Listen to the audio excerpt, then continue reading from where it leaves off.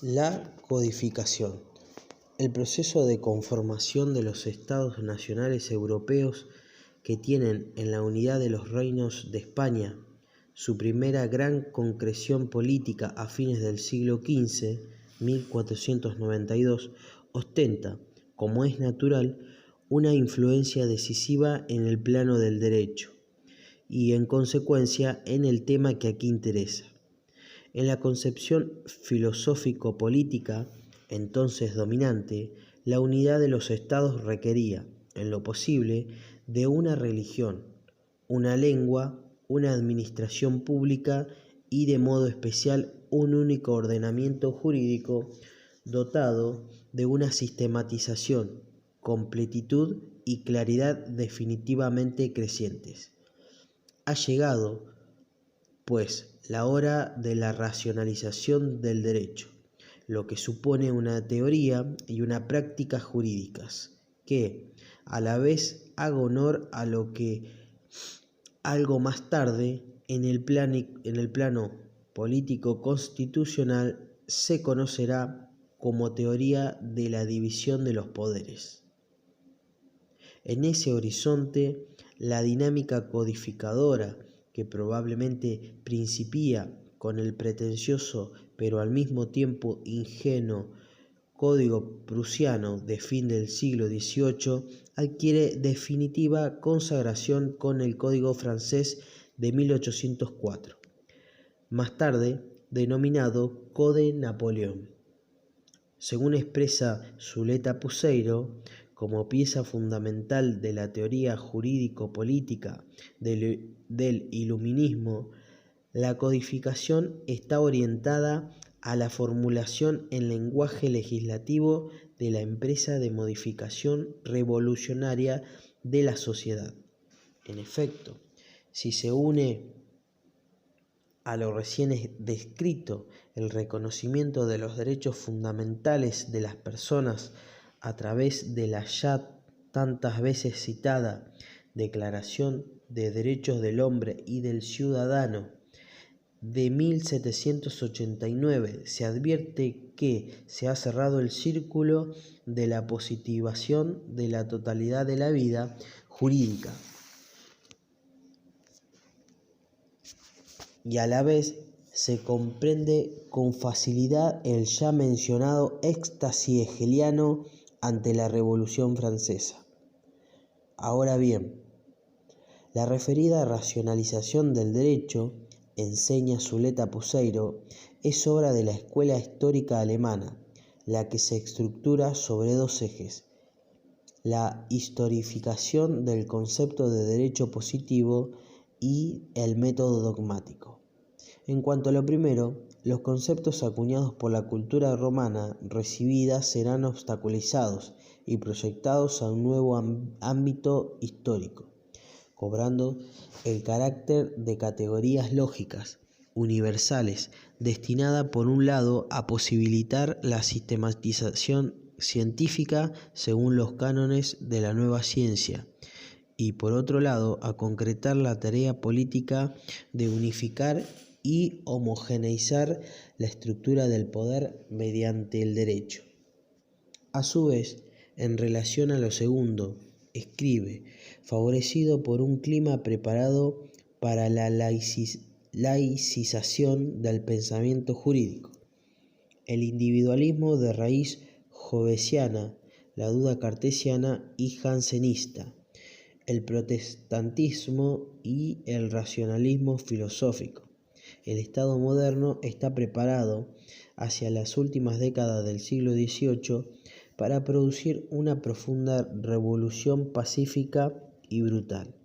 Según los casos, en el campo de lo jurídico se concretará en la formulación de una teoría sistemática de las fuentes del derecho.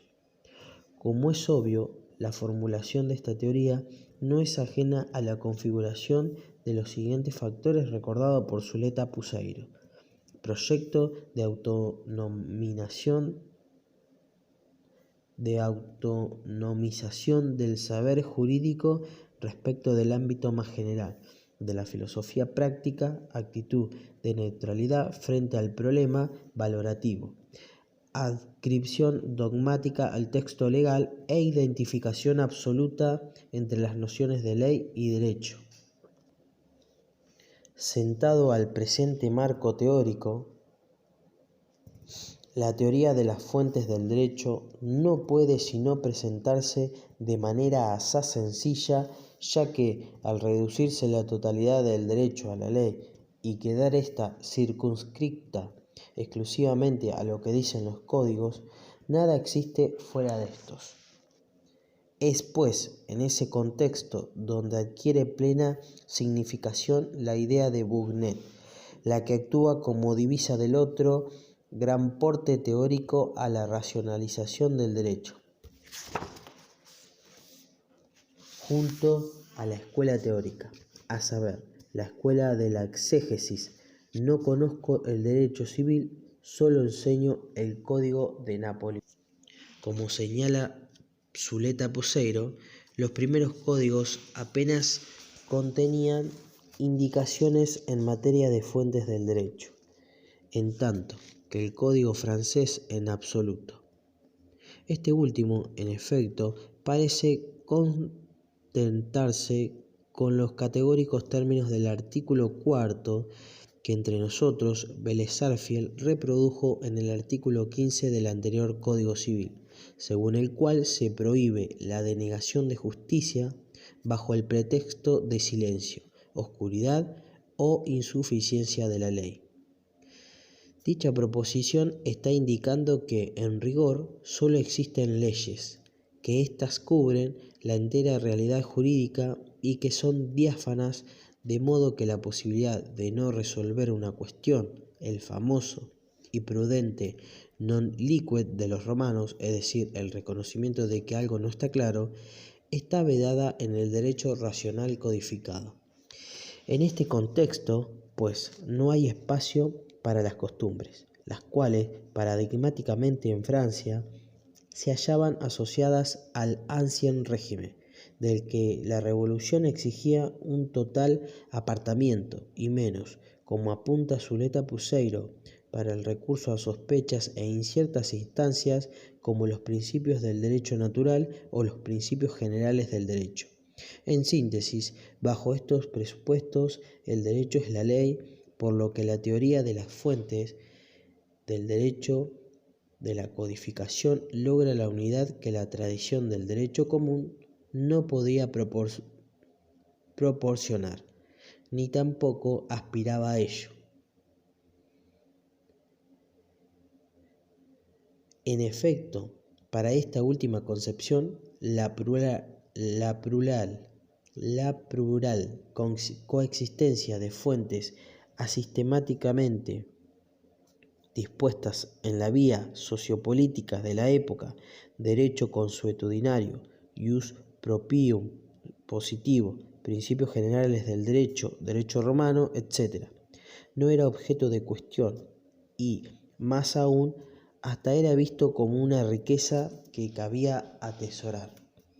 Nada de ello puede subsistir bajo el orden de la Ilustración, demasiado dependiente de la completa racionalización del derecho y por ende de la verificación lógica de cada uno de sus pasos y de sus resultados.